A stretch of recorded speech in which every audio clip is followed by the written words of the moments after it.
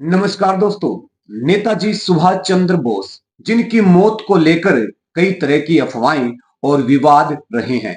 सरकारी दस्तावेजों के मुताबिक 18 अगस्त 1945 को हुए एक विमान हादसे में नेताजी की मौत हुई। लेकिन मौत के इतने सालों बाद भी कई तरह के सवाल उठते रहे हैं। जी हाँ, क्या सच में विमान हादसे में नेताजी सुभाष चंद्र बोस की मौत हुई? क्या उस दिन वाकई में कहीं विमान हादसा हुआ था? क्या नेताजी सुभाष चंद्र बोस की जो मौत है वो एक साजिश थी? क्यों उनकी मौत के इतने सालों बाद भी उनके जीवित रहने की अफवाहें उड़ती रही?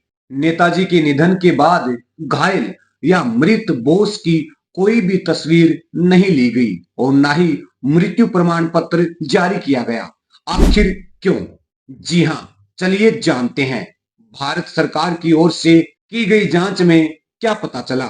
शाहनवाज कमेटी 1956।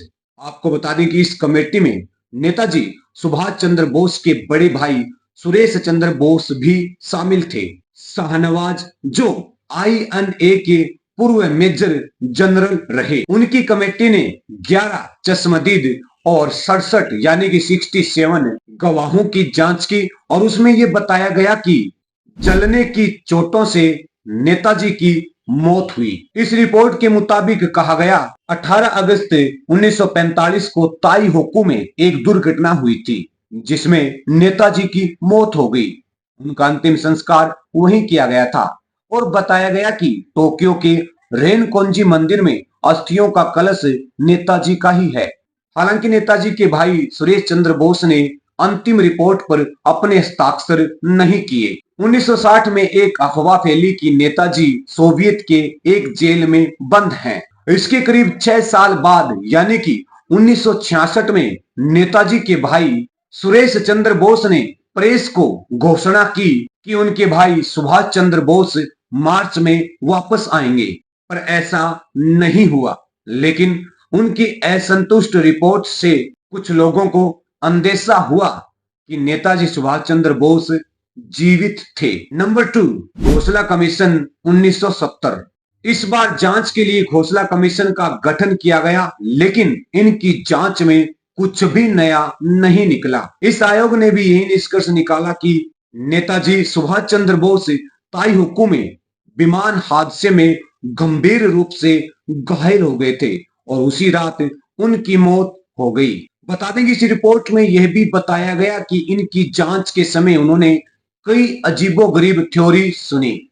एक अमेरिकी इतिहासकार लियोनार्ड गोल्डन ने उन्हें बताया कि 24 दिसंबर 1956 को सार्वजनिक रूप से अच्छे कपड़े पहने सुभाष चंद्र बोस को कुछ व्यक्तियों के साथ मॉस्को के क्रेमलिन में जाते हुए देखा गया। यही नहीं, एक व्यक्ति ने दावा किया कि सुभाष चंद्र बोस साइबेरिया की एक जेल नंबर 45 सेल में सड़ रहे थे। 1952 में कथित तौर पर नेताजी सुभाष चंद्र बोस को मंगोलियाई ट्रेड यूनियन प्रतिनिधिमंडल के साथ पेकिंग का दौरा करते हुए दिखाया गया था और उसी साल सोशलिस्ट पार्टी के एक मेंबर ने रंगून के एन्ना झील में बर्मी भिक्षु के वेश में नेताजी से मुलाकात की थी। Number 3, justice Mukherjee commission 1999। Netaji की मौत के 50 सालों बाद जांच के लिए तीसरा आयोग न्यायमूर्ति मुखर्जी बनाया गया और जांच के लिए जस्टिस मनोज मुखर्जी को जांच की जिम्मेदारी सौंपी गई। साल 2005 में इनकी जांच के मुताबिक बताया गया कि 18 अगस्त 1945 को ताई होकू हवाई अड्डे पर विमान हादसे का कोई सबूत नहीं है। यही नहीं, आयोग ने यह भी बताया कि विमान हादसे में नेताजी की मौत नहीं हुई और जापानी मंदिर में रखी अस्थियों की राख नेताजी की नहीं है। हालांकि उनकी इस रिपोर्ट को भारत सरकार ने नकार दिया और सरकार का यह मानना है कि 18 अगस्त 1945 को ही नेताजी की मौत विमान हादसे में हो गई। आपको बता दें कि 23 जनवरी 2016, जी हाँ, 23 जनवरी 2016 को नेताजी सुभाष चंद्र बोस जयंती के दिन ही भारत सरकार ने सुभाष चंद्र बोस की 100 सीक्रेट फाइलें सार्वजनिक कर दी और आपको बता दें कि फाइलों से ऐसा कोई नया सबूत नहीं मिलता जिससे पता चलता हो कि 18 अगस्त 1945 को ताइहोकू के विमान हादसे में नेताजी सुभाष चंद्र बोस जीवित बचे हों। यही नहीं, साल 2017 में आरटीआई के तहत पूछे गए एक सवाल का जवाब देते हुए गृह मंत्रालय ने बताया कि नेताजी सुभाष चंद्र बोस की मृत्यु 1945 में विमान हादसे में ही हुई थी। 2 कमीशन और 1 कमेटी की रिपोर्टों पर